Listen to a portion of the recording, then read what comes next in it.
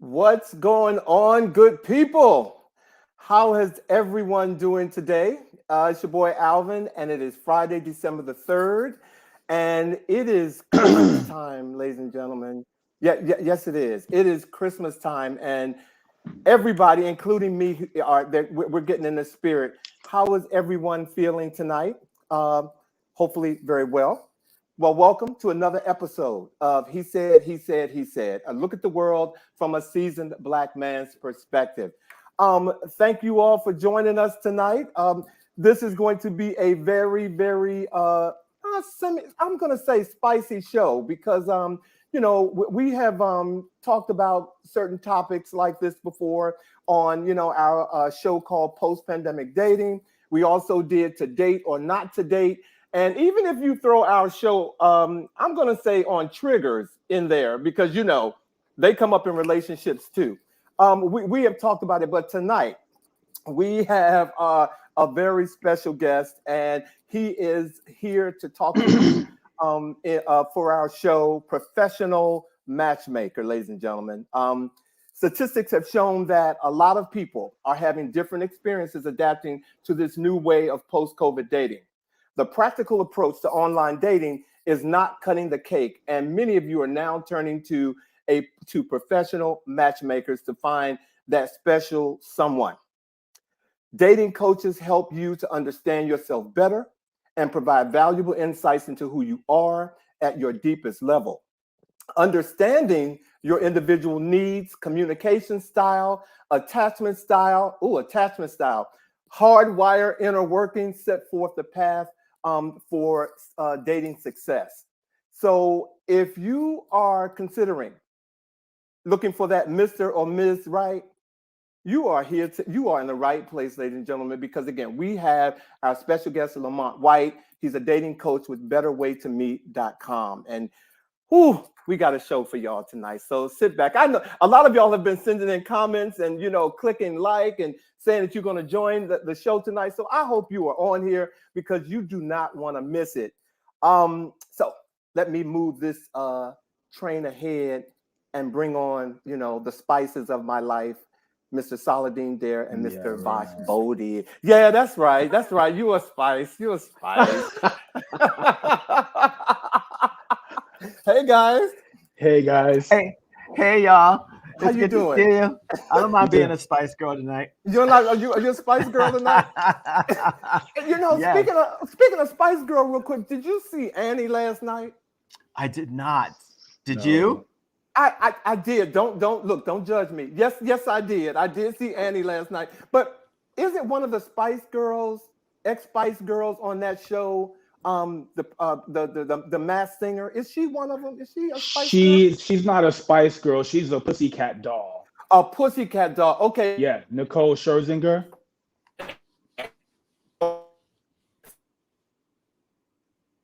What do you call it? The Masked Singer. She was on Annie last night. She was fantastic. I mean, she was really good. But how you guys doing? Doing good. And bobbing and weaving with the best of them. It's getting chilly. Trying to keep warm. And Well, you trying to get look some warm. spice in my life. Hey, Sean. Sean is on here. Okay, Sean, you got a little heart up. Sean, you can text in here what you hope to get out of this show tonight. We are listening to you, okay, and we will be responding to you. So thank you for joining us tonight. Hey, Monica. Also, I want to, I sent you all a link earlier this week or last week. We all know that the show, the movie B-Boy Blues has dropped, and a lot of people have been streaming it on this different website so that they could see it. And for people who don't know what B-Boy Blues is, it is a book that was written by James Earl Hardy back in the day that pretty much introduced us to what is it? DL dating, The download status. Yeah, all of that. Mm-hmm. All of that. Hey, Scott, thank you for joining us tonight. Yeah, it introduced us to all that, but now it's a movie, and Jussie Smollett is the producer or one of them for the movie. And I just wanted to mention that the movie was out and kind of touch base on Jussie Smollett is now back in court, about that case that the incident in Chicago. Yeah. I'm not going to follow it because it really had me in a pickle when that story broke. So I'm not going to follow it. And you all look like you're not going to. Your faces are like. You know, it was just so much. And it's just so interesting that this movie's coming out as the case is going back in. I just feel manipulated. I probably won't be paying attention to either of those things. And the incident in Chicago just seemed so foolish and unnecessary. Yeah, it made me not know what to believe. And I didn't want to judge him, but I just didn't know what to believe. So I went with my gut feeling on a lot of things, of which I'm not going to bring up right now. But I do wish him well. I wish him tremendous success on his film. That's awesome. Did you see it? I haven't seen it yet, but I think it's amazing to pull off such a feat in the midst of, the aftermath of what happened in Chicago. Well, it's good. I did see it. I thought it was done. I thought it was done very well, and bringing it up to date, current times, if you will. The cast members are look at it from the cast members, okay? Like a Tyler Perry cast kind of, or a deeper level. No, Tyler Perry tends to pull out. He pulls out some things that you ain't never seen before. You've seen some of these before, but it's good. Okay, it's good. And one of my favorite characters from one of my favorite shows, P-Valley. She's in it, and she's very good. The girl who plays Mercedes, the actress. Okay. She's in it. So, are you guys ready to talk to Lamont tonight? Yes. Is Lamont ready to talk to us? Okay. I want to learn some things. Teach me tonight. Well, we are ready. We have been anticipating this show. So if you guys are ready to roll with it, I am. Hey, Alma, you guys ready? Hey, Alma. Absolutely. Okay. All right. Mr. Lamont Scales White, otherwise known as the Day Dating Coach, is the owner of BetterWayToMeet.com, a professional matchmaking, dating coaching, and couples counseling service for gay men in the United States. Since 2014, Lamont has matched hundreds of single guys and even helped a few guys get married. He's nationally recognized as a relationship expert for gay men and helping gay men maintain healthy relationships. What a concept.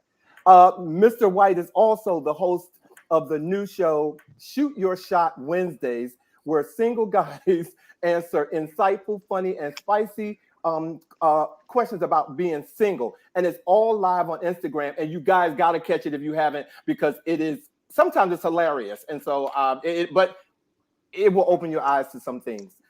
He holds an undergraduate degree in psychology, a graduate degree in professional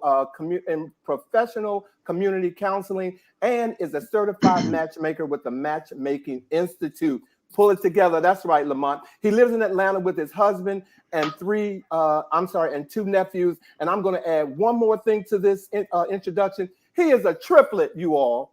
It is three of him. It is two other him somewhere. Okay. So, ladies and gentlemen, please welcome to the He Said stage tonight, dating coach Lamont White. Hey guys. Hey Lamont. What an introduction.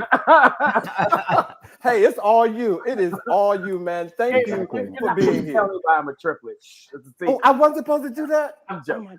Okay. Oh my God. I missed that memo. Well, I just think it's and the only reason why I know that because sometimes I troll your page. And so I follow you everywhere. But thank you for being here tonight, my brother. You are doing some dynamic things in the love relationship field. So, I'm trying to. I'm working hard. Well, that's why we got you here, okay? Because I can hang out with these handsome guys on a Friday night. Oh. Single. Single. Employed. Single. Okay. And employed and available. Okay, right. There you go. Single for now. And this is my ring. I bought it. Okay, This look. water's here for a reason because I'm thirsty. All You gotta right. Look, All right. this is gonna be Lamont, crazy. do us a favor and take about 60 to 90 seconds to tell us why you got into the matchmaking arena. Sure. So I got into matchmaking because I know there are tons of eligible gay men out there, but it's really hard for us to connect outside of bars, clubs, and apps. So I'm like, hey, why don't I find a better way for guys to meet? It's the name of my business, right? So I do old-fashioned matchmaking, like real old-fashioned matchmaking. I meet with guys face to face just to get a feel for who they are, make sure they're not catfish or crazy, and I, polish them up and send them on amazing dates. Mm-hmm. Yeah. Okay. Interesting. Right. Well, give us an idea of what it's like to have that initial consultation. Oh Lord, my initial consultations, it could be like, you never know what you're going to get, right? Because we as gay men, we come to the dating scene at different times, right? Some have been married, divorced, some have just coming out of the closet, and they're like, what the hell is dating, right? So I really get a sense for who the guy is, what skills he might need to improve upon, whether it's mental health, physical health, what he's wearing, all that type of stuff. And I say, hey, sir, this is what I want you to do before I send you on a date. So guys do that, and then I literally search the world, to find really compatible guys for my clients. And Lamont, I would like for you please to go to describe. Zamunda for me. What did you say? I would like for you to go to Zamunda for me. Oh my God! I would like Prince Hakeem. I've been there. Well, Lamont, will you please describe the demographics of your typical client, their age, ethnicity, income, employment status? Yeah, so my typical guy is any race, right? But typically between the ages of about 40 to about 65. Those are usually the guys I work with because they're really serious about like settling down, finding love. Most of my guys, believe it or not, are not really connected to the gay community. They're like accountants, lawyers, doctors, media specialists who have really like focused in on their career and forgot about love. So they come to me at this point in their life and they're like, Lamont, I'm a great guy. I got a house, I got a car, but I don't know how to date, or I can't find love. So like really high earning income guys who are like amazing spirits. Like I love the job that I have because I get to meet guys who are like genuinely looking for love, and they're not perfect, right? They're not perfect. So these are not guys who are like, oh, I'm arrogant, I know everything. No, they're like, I have still more to learn. So I love clients like that.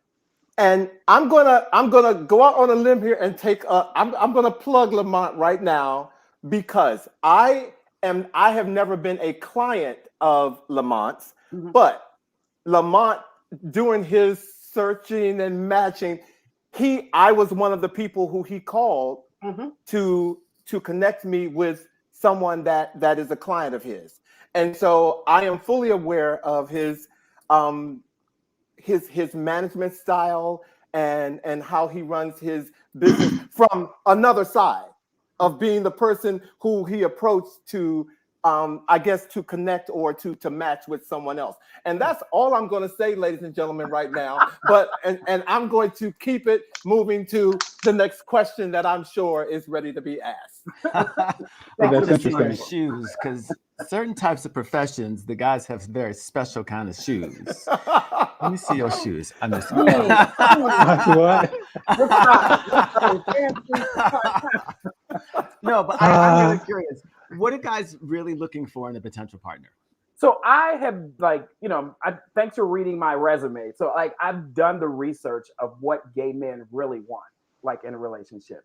And so it's not my opinion. It's not what I heard from my friends. These are from like research articles and surveys.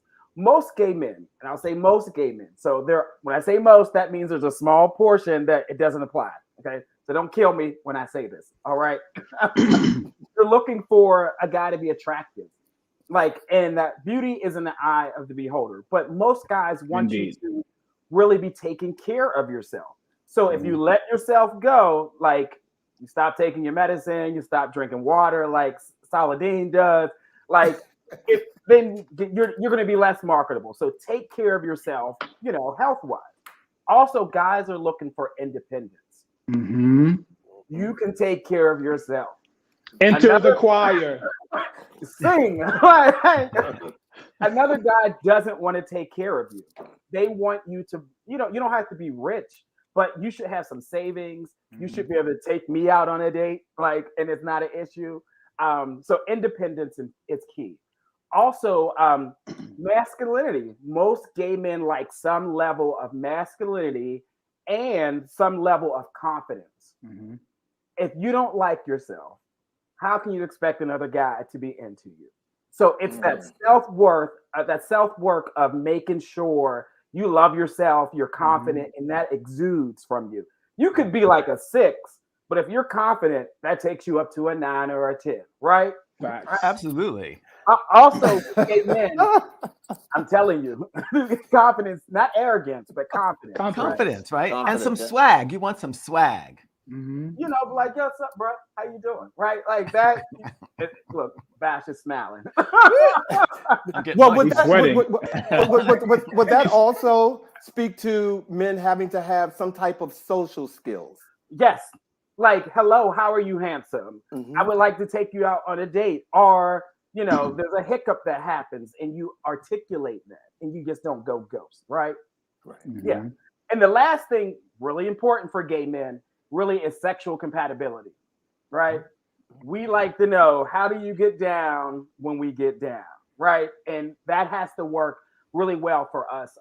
Also which is different from straight folks, we have conversations about like open relationships, agreement, and monogamy. So we need to make sure that those things work well. Now, sexual compatibility sometimes require experience. If you have people who are not used to dating, what kind of experience do they have? So I always say in your 20s, you should focus on your career and figuring out what you want in life. So you experiment sexually, like with different things, with different types of relationships. That way, later in your life, you can be like, bruh, this is what works well for me, and this is what I like.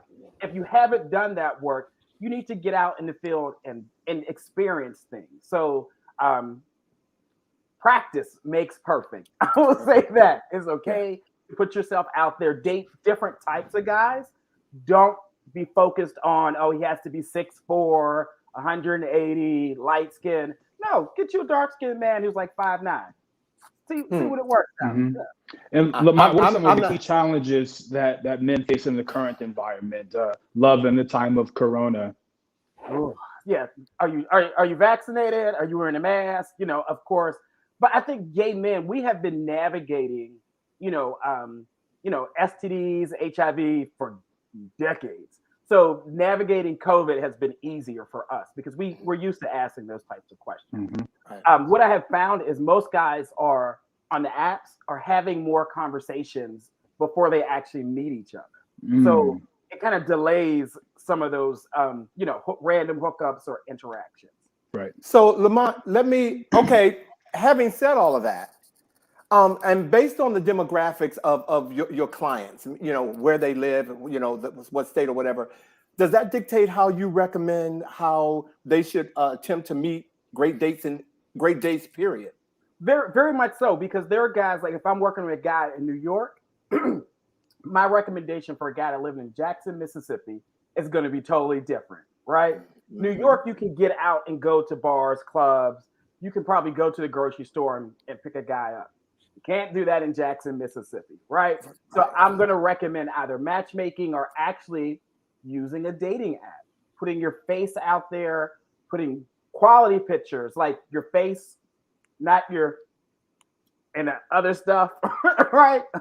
Put things that talk about who you are. So I'm going to recommend social media if you live in a smaller city than if you live in a large city where there are tons of gay venues. So we have a question down here. Robert Beatty says, how many of your clients have gotten married? So as of today, I probably have about like 8 clients who have gotten married. Yeah. Wow.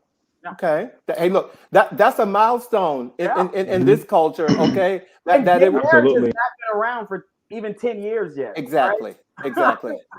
Wait a minute. Someone just said, AK Moore. Hey, AK, welcome back. He said, you don't mean, and I'm not sure this is a follow-up to a I question.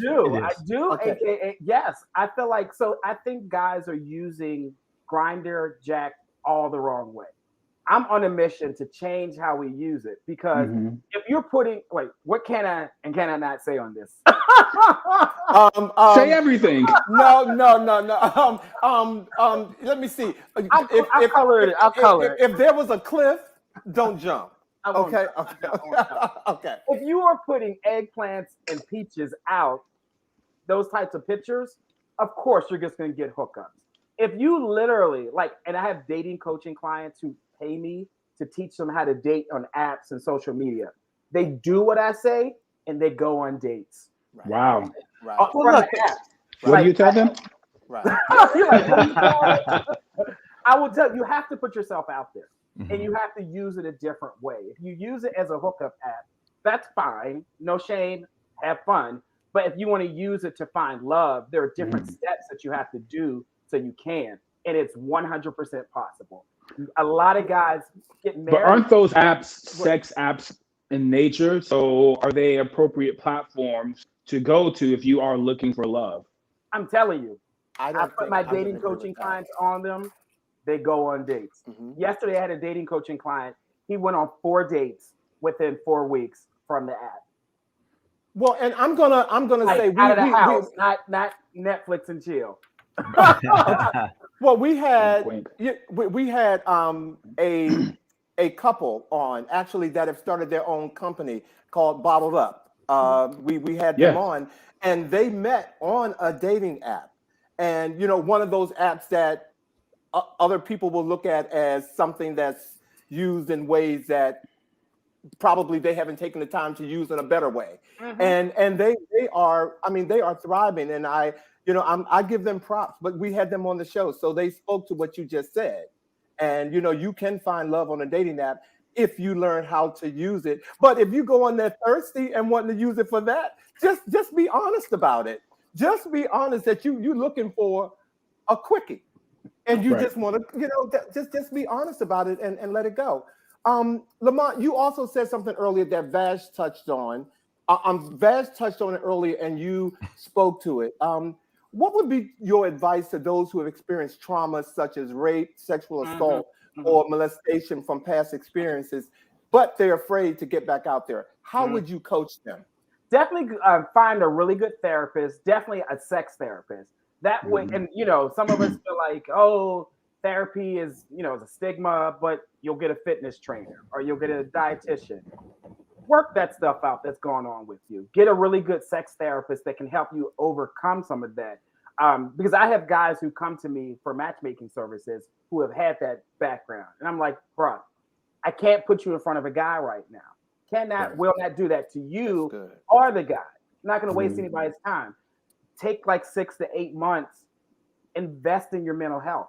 There's nothing better to be in a place where you realize that there's a solution and a way out of it, and you actually tackle it. So do that work. Do the work. Yeah. Okay. Getting back to like this whole, because we were talking about marriage before. What are the different stages of dating now that we can get married? Yeah. So it's from the talking to the dating to we're official to engagement to marriage. So gay men, we get to create our own story, which is the beautiful thing about like our relationships. I think definitely when you are you initially meet a guy, have no expectations. There's no accountability. There's no, oh, you need to call me or we're exclusive. No, that phase really is 3 things: getting to know him, having fun by creating good memories, and staying out of the friend zone. So it's okay to flirt. Like, stay out of their friend zone. Look, way out of it. Like, so you have to flirt with him. Can you elaborate on that a little bit, Lamont? Please. I touch him, give him a hug, give him a compliment, tell him he's handsome, smile. Like, it's not a meeting with a colleague. It's not a co-worker. It's not a business meeting. Like, no. Yeah. And so many times guys feel like, They have to be so polite and so, cordial. Like, no, bro, stand up and tell the man you're into him. All right. Okay. So that's the dating phase. About 2 or 3 months. That's when you're like, he's sticking around. Right. Like, I'm feeling his energy. Talk about things that you all might want in a relationship to see if it's compatible. Too many times guys just jump into a relationship without talking about what they expect in a relationship, because it could differ. And in New York City, those guys will, rush into a relationship, move into a one bedroom apartment, and then they break up, and then they put a partition. And And see, and they become roommates. I was just thinking about, a person bringing their luggage, bringing their baggage over, but you took it to a whole nother level. You did. Okay. But Saladin, here's one of the things I do recommend guys, like, they're like, oh, we want to get married, move in. I don't recommend that. I do recommend getting a 1-bedroom apartment based on one person's income. In New York, I know that's different, right? But before you like, hey, I want to get married, move in. Okay, fine. 1 bedroom based on one person's income. Do a 12-month lease. Save that money that you're making. Get to see how you all are, compatible in that living together. If it works out, great. Use that money for a down payment for a house. If not, somebody has to move in 30 days. And not 60, 30. 30. And Y'all good heard Dr. that. Reverend Lamont, earlier you were talking about what guys want. Do men want to be in monogamous relationships, or do they prefer to be in open relationships? So it really depends. Like, the question that you have to ask yourself is, what are your values about sex and intimacy? And if you value, and where did you learn that from? What does that mean? Dynasty. I'm kidding. Ear pulling. The soap opera. Right. But like, so if once you figure out what sex and intimacy mean to you, and you understands where it came from, then you can answer that question. There are some people I'm like, no, you need to be in a monogamous relationship. Don't even try that. You can try it, but stick to what it works. won't end well. Right. And there are other guys I'm like, listen, just be honest about the types of sex that you like and what intimacy means to you. You may need to be in a relationship where it's not full on Jada and Will open relationship, but it might be more like, hey, we have an agreement on vacation. We can do X, Y, and Z. Have those transparent conversations about what works well for you. Well, see, my thing is, there are some guys who can't even discuss intimacy because they don't know. You don't know what you don't know. And so you get into, you meet these guys, and like I said, you're coaching someone and letting them know what they should do, but it's foreign to them because they've never done it, or their perception of intimacy is just. Yeah, so I walk guys step by step. I have couples that come to me in this dilemma, and they're like, Lord, today, like, how do we make this work? So I have them go through a series of exercises so that they can figure out what really works for their relationship, or if it needs to end. Some people come to me, and once we talk, I'm like, no, you two do not need to be together. Like, and good Dr. Reverend Lamont, what is the key to longevity and happiness in the gay male relationship? So it really depends on, the dynamic, but what I found really is commitment, where you are saying, I am committed to being with you through the good times, through the bad times. I'm committed to paying attention, because as men, women, all of us in relationships, we evolve over time. And then one of the things that you will see why relationships end is because they don't focus on the relationship. They don't see how their partner is changing around his desires, his needs, his ups, his downs. And then that's how people grow apart, because they're not paying attention. Right. I'm to each other. I'm sorry. I didn't mean to overtalk you, Vash. I'm sorry. I was just Alma Martin Gill, she has a show on NNPA called Ask Alma, and she made the statement, this is real talk for anyone who's dating.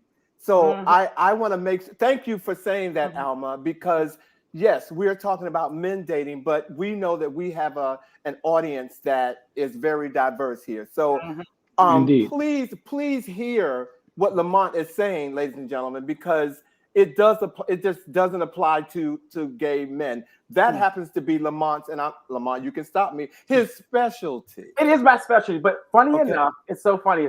I do have a handful of heterosexual Black women that I coach for dating. Like, I teach them how to show up on dates. So I work with a number of different matchmaking companies, and they send their women to me. I coach them. Yeah. So yeah. I'm going to say thank you, Lord, for that, because it's hard out here for some heterosexual women. Lord, it's hard. It's especially hard. in Atlanta. I know. In Atlanta, hard. it has to be. You got to bring your man. I said. Okay. So, Lamont, for men who have recently went through a divorce, since we're talking about heterosexual couples. For men who have recently went through a divorce with women and are now ready to get out here and dating a person of the same sex, what would be your advice to them for entering into that gender-loving dating world? Get a therapist.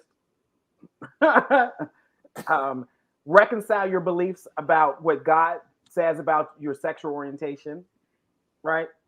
Get a good gay mentor. You know, it's a list right here, right? Get a good gay mentor.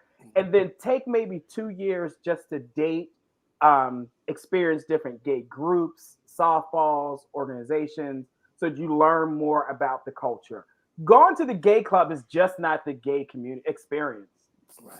Having sex with men is just not the gay experience. Right. We are a community that is more than that. Like, hello, have you seen Pride? All the organizations are things that we're committed to. You have to immerse yourself in the culture so that you can understand more. Okay. No. How many of your clients are actually looking to get married? Is that a common end goal? 98%. There are some like, hey, Lamont, you know, I've been married before. Like, and these are my guys who are like on the older end, like in like their 60s. They're like, I've been married before. I don't have to get married, but I do want a committed relationship. And maybe just like signing some documents, but they don't want to change their name. What are their email addresses, please? You are so. When you say signing documents, what do you mean? Like prenups? Well, prenups. Well, no, they're not going to get married. Not a prenup. But like power of attorney. Like, so like if someone gets sick, you can take care of their businesses, like their affairs. Yeah. See. Very, very interesting. So here's a very burning question that I know people want to ask you, Lamont. How should a potential client prepare financially to obtain a dating coach? So there are different dating coaches out there. There are literally a handful of gay dating coaches or gay matchmakers. I'm probably the most affordable. I will say that. So if you are doing financially well, you won't have to prepare. If you have to prepare for my package, I would say wait, you know, get a part-time job, go back to school, and then come back. Like, because my prices are very affordable. And if you feel like it's a stretch, it's probably not a good fit. There are so many double entendres going on in this conversation that I am just blushing. Oh my gosh. Because I don't want to have to get ready for your package, Lamont. I'm just telling you. Lamont, what are those email addresses? What are those email addresses, please? Oh, after the call. Okay. Beware of this crew right here. I told you, they have been waiting for this show. I do know some matchmakers who charge $10,000, $20,000 to match. So you may have to get ready for that, right? That's not the case for me. Not the case. Right on. I have a question. So we just honored World AIDS Day on December 1st. Yep. We're trying to, honor what World AIDS Day stands for, as well as helping to eradicate not only HIV, but the stigma around it. How does HIV an HIV status come into play when you are matchmaking? And are you seeing it matter more, less, what? Yeah, so great question, because on Wednesday, which was World AIDS Day, I do a show called Shoot Your Shot Wednesday, and so at the end of it, I made sure I did a shout out to people who are living with HIV, navigating HIV, like all of that, like, because I feel like with gay men, it's a reality for us. Whether it's a partner, a friend, we know someone who's living with HIV, and we should be supporting each other. I get into the weeds when I do interviews, like direct questions like, are you top, your bottom? What are your thoughts about dating someone who's living with HIV? And guys are very forthcoming with their status, or yes, I'm open to dating someone who's positive, or they're not. I am finding that most gay men are very open to dating someone who's living with HIV. The thing that they're most concerned about is the person who's living with HIV, their mental health, that they're comfortable with themselves. That's the biggest thing. They're like, oh yeah, are they taking their medicine? Are they comfortable with it? Oh, let's make it happen then. Oh, that's interesting. Yeah. Right. Well, because HIV is not taboo anymore. I mean, to many people. I'm not going to say to everybody, but you know, there still are some people who are like, there's still some people like absolutely not. But yeah, it's not like it was. I'm going to say even 5-8 years ago. Yeah, you know what I'm saying? It's not like that. So yeah, access to PrEP, it makes it more easier. But I will say this, because you know, people might hate me, but I'm gonna say it because my other hat, I work at CDC.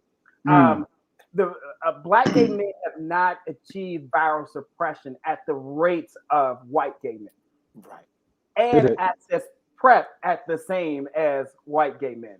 So we have to do a better job of talking more about PrEP, staying on your medication, and helping each other to do that. Like even meaning like taking each other to the doctor. Hey, bro, I know you're having sex with a condom.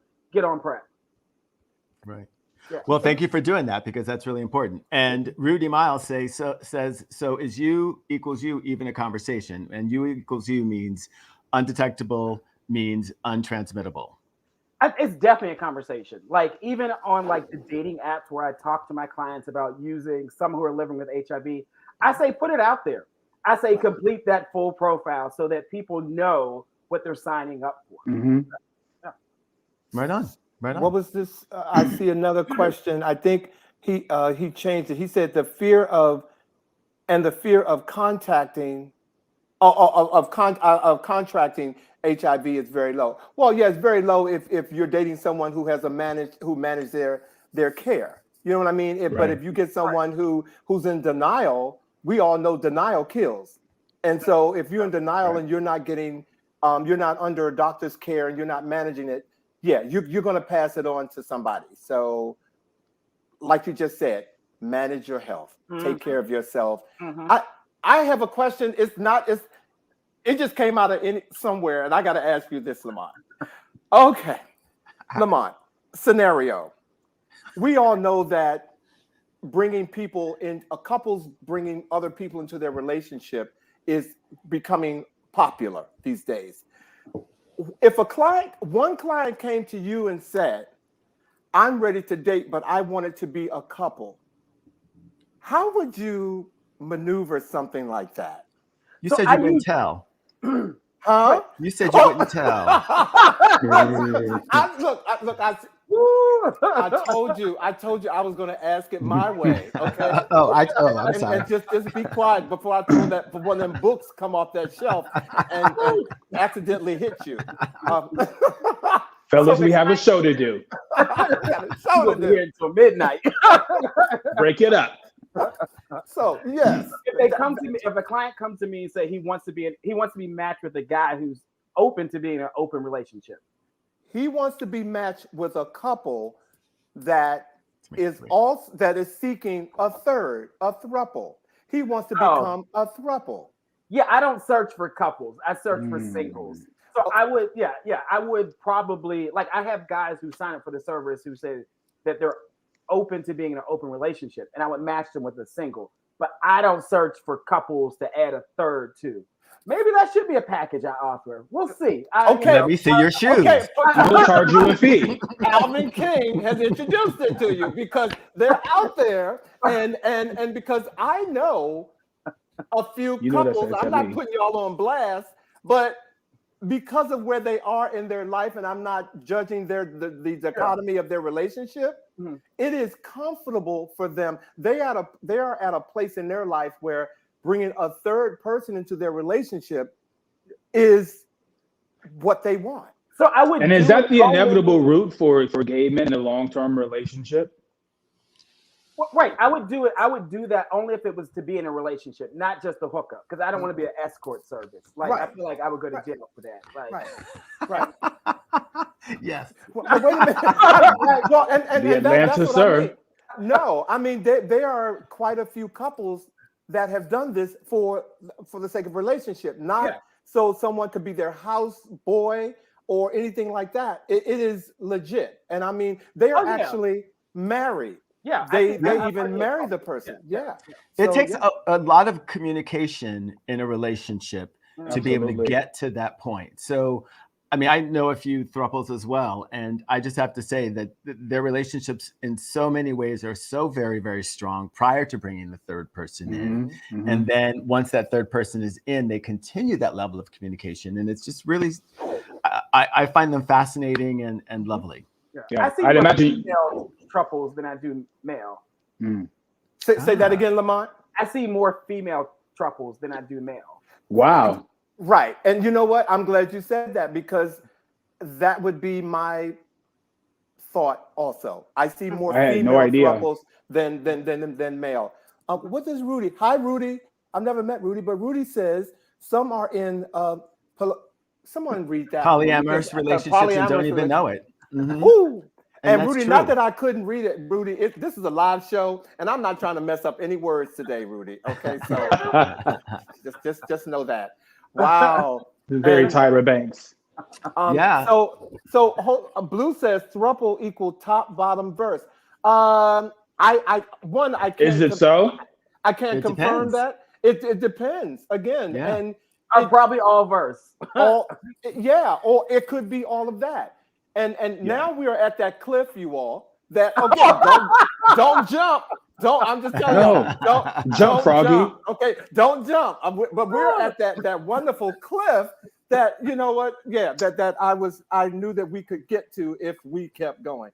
But yeah, I think I know of more women doing the whole the thruple situation or marriage or relationship than men. Right. I do.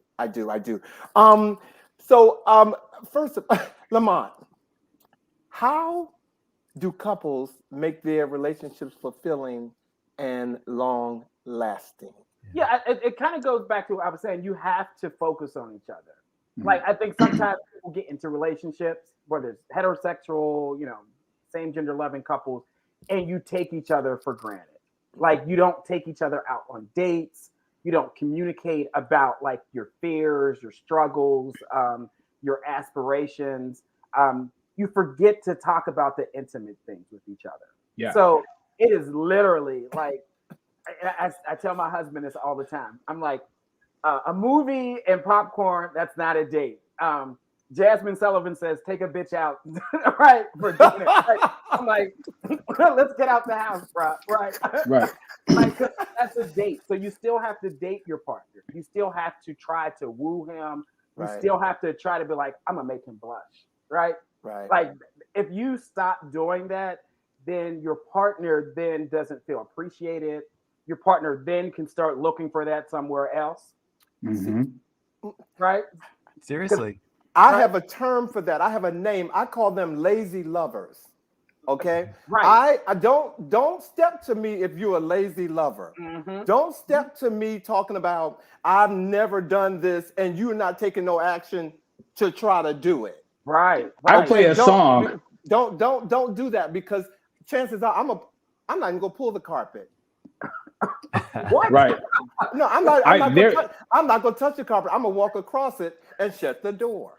Okay. There is a song I play if I'm in a relationship, if I'm trying to give someone a gentle warning.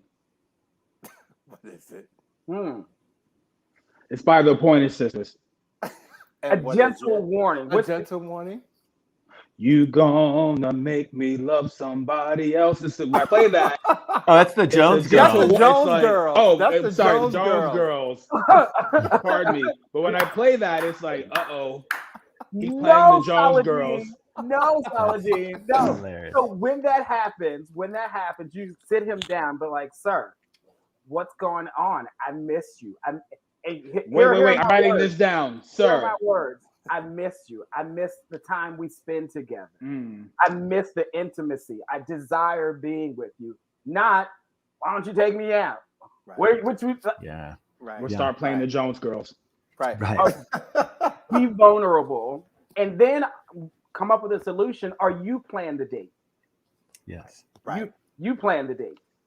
That takes you out of lazy lover mode. Yeah. Yes. That take a takes you out of vacation. it. Take a trip. Like, go to the cabin for the weekend. Like, rent a hotel for the night. Do something. Like, Lamont, you better preach. And you got Rudy. Rudy says that Lamont, yes, 10 years in, and I'm assuming that Rudy is talking about his relationship. 10 years in, 6 years married, and we still flirt with each other and make each other blush. Rudy, write a book, okay? Because that's good, Rudy. Okay, I like that. And Derek, how you doing, Derek? These are all new folks that we have not seen. So I thank you for supporting Lamont. And he said. Thank you, guys. Yes. I've been in relationships where communication is a one-way street. That's not communication then. So here's the thing. I give gay men a green pass for sometimes not being able to communicate. Because we have been taught to hide who we are. Yes. We have been taught to not talk about the sex that we like. We have been taught not to express our emotions. Right. So it is a process of unlearning that crap. So especially when you're dating a guy, like, we make mistakes. And that's where I see, like, two great guys are together, but someone makes a mistake inevitably, and y'all just go your ways. It's like, no, just be like, yo, I didn't like the way you did that, or I felt this way. Talk about the elephants in the room so that you all can make it work. Like, and it is that uncomfortable conversation that I feel like during the dating process, if you push through, you'll find a great guy. Yeah. I also feel like we're raised to be the strong ones in the family. So if you put two of us together, sometimes it's like the bulls ramming heads, right? So it's also about compromise and understanding, and sometimes just, stepping back and really actively listening to what the other person is saying rather than, being defensive. Yeah. And we as men, we have been taught, like, when we argue, and you mentioned I'm a triplet. Like, growing up, when you argue with another guy, what do? May I have your brother's email addresses? No, absolutely not. No, you can't. No, you can't. And you know what? On that note, Lamont, we're not letting you go. But Lamont, we're not letting you go. But first of all, thank you for this conversation tonight. Thank you for this transparent moment. Thank you for this. We call ourselves a resource to our viewers, and so thank you for being that. And it has just been great. And to all the viewers that are there, and we want to read everything. Can we do that real quick before we surprise Lamont with what we got in store for him? Because we got something in store for him, y'all. Okay. Yeah. Well, AK Moore says, I think porn worship can ruin potential relationships. What? Porn worship. I think if guys talk about, like, again, what are their desires, the type of sex they want up front, you need to find someone where they like that as well. Like, find someone who matches your speed. Right. So you being in a relationship with a guy who thinks porn is shameful and wrong, that's not going to work. Find someone who appreciates porn as much as you do. Right. Rudy says, we dismiss each other too much. We need more Black gay brotherhood and support overall. And I agree with that. That's why we're here, Rudy. And on that note, Rudy, we're going to say again, thank you to Lamont for engaging us in this topic tonight. It was very helpful, and people are already asking for a part 2. So I'll be circling back. But definitely invite me back. This was wonderful. A great way to spend a good Friday night.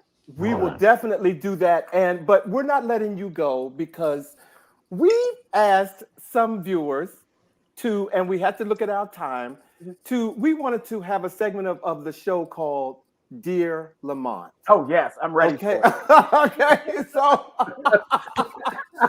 yes, there's a Facebook group. Rudy, it is. He said live on Facebook. Please go there, click like, share, do it all. Stay in touch with us, man. So I have a letter that someone has written to you, Lamont, and so I'm going to read it to you. Are you ready? Yes. Okay. Dear Lamont, I'm 40 and my partner is 30, and we've been married for 6 years, but we have been together for 10 years. My husband and I recently encountered some problems in our marriage when it comes to infidelity. This past year, my husband lied to me 4 times about his sexual encounters. Earlier this year, I found out that he cheated due to catching him in a lie, and I caught him the second time because he came clean. After the second time, our marriage counselor suggested that we try an open marriage, and we both agreed. So we then developed a set of rules. We decided to tell each other who, what, and when we have a sexual encounter when we have a sexual encounter with someone else. Months later, we both have followed the rules until recently. My husband told me he was going to the gym. But after leaving for the gym, I realized that he left his Apple Watch at the house and heard his notifications going off constantly. I checked the watch and saw that he was lying about going to the gym, but instead, he was going to meet up with a guy to meet him for a sexual encounter. He continued to not tell me about this encounter, and he continued to lie about a 4th situation as well. After calling him out about it, he cried and broke down and asked me to stay and not leave, and that he was going to do better. While in therapy, he communicated that he doesn't know why he lies, but he wants the marriage to work. Lamont, I'm tired of his lies, but I love him and I want our marriage to work. It's been 2 months and we are now at a good place, but I still don't trust him. Should I stay with him and help him work out his issues, or should I go? So the guy he likes sex with multiple people. You have to come to an understanding to that. You have to understand. Yeah. And if you're okay with that, stay. There's something also that he feels shameful why he's not sharing everything with you. So when he shares it with you, are you judging him? Are you clutching your pearls? Are you? Here's what you should do. Sound intrigued. Sound excited. So he can be like, okay, this is a safe space for me to tell you more and more. You're in a relationship where he has showed you who he is. You are not going to change him.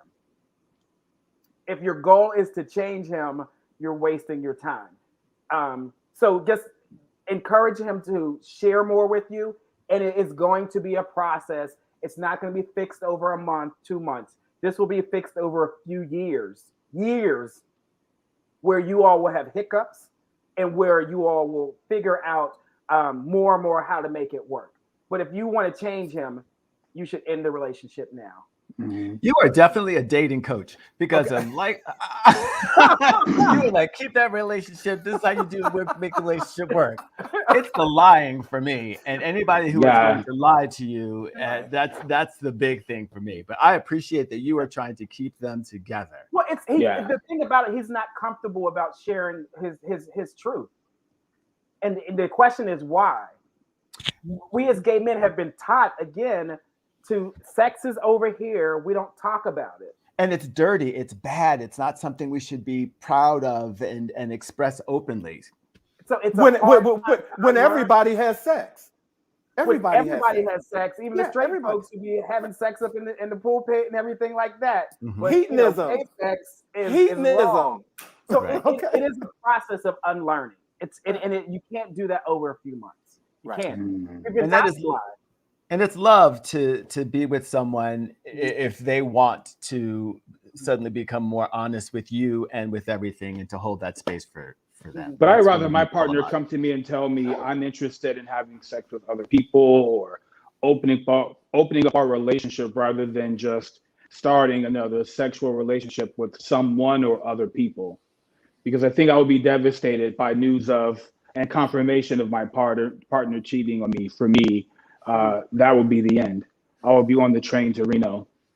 And so but here's an opportunity to grow for you, though. I mean, perhaps you might find someone that you love to the point where you would want to still stay with them and get past this, especially after this conversation. Right.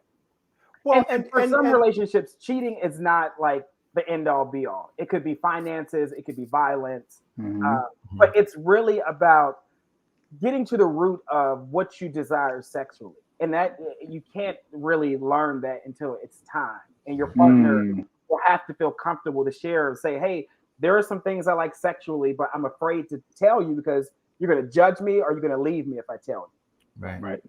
Well, so it's like love is evolutionary. That's why I say you have to pay attention to your partner as he changes. And if you don't, that's where the sneaking off to the gym stuff occurs. Well, here's my thing with lying and cheating. People, like you said, people cheat. I'm not going to be. It's not about the cheating for me. It's about that you did it and you didn't give me the right to choose. You didn't come to me and have a conversation with me about you want to have an extracurricular. In this case, they had put it out there in some type of contractual agreement where, they talked about what they were going to do, and he still broke the agreement. Yeah. He wasn't man enough to come to him and at least love me enough to give me a right to choose, so that while you're out there doing it, I may want to go out there to do it too, just to stay with it. But when you rob me of my right to choose, then you take a lot of crap from me, and that's why I have to open the door and tell you, you take care and go, and I'll see you around. Okay, well, I'll see you. Bye bye, Blackbird. I agree. So I get you with the agreement. Like, I worked with Emory University to develop an intervention about how gay men make agreements in our relationships, and agreements are just like contracts. Right. We aim for that. But it's about like when you don't meet that expectation, when it fails, you make a mistake. It's like, okay, babe, when I mess up, how do you want me to tell you about my mistake? Do you want me to sit down, have breakfast? You want me sending a text message? You want it over out on a date? Like, it's about like, how do you recover from your mistakes? Well, Make me a pineapple upside down cake so I know and can mentally prepare. Like, oh, he's making my cake up there. You are so sweet. Look, guys, we are nearing the end of our show. Thank you for indulging us in that Ask Lamont. Okay, and when you come back, dear Lamont. I'm sorry. Did I say Ask Lamont? Dear Lamont, thank you. Thank you for indulging us on that. And thank you to the gentleman who wrote the question, because hopefully we provided some information from you. You're watching that you can take with you, and because you got it free of charge from a dating coach. Okay. Look, ladies and gentlemen, next week, December 10th, we are putting together the best of he said shows. Okay, so there ain't no telling what you're going to hear again, because we have spewed some stuff off of this show. And so we're going to do a best of show next week. And I want to take this moment to leave you with our words of the week. Thanks to Lamont for inspiring us with this. Love is not just about finding the right person, but creating the right relationship. And that was from someone that it is an unknown person who said that. And we thought that was very appropriate for our words of the week. But Lamont, thank you, my brother, for being here today, ladies and gentlemen. BetterWayToMeet.com. Okay, go BetterWayToMeet.com. Okay, you all need to go there and check him out, and we will definitely talk about bringing him back for a part 2 of the show. Thank you guys for joining us. And Vash and Saladin, this was a hot show. I loved it. Okay. And until we see everyone next week, you all take care, and we will see you again on the next episode of He Said. He said. He said. Good night, everybody. Bye. Thanks, guys.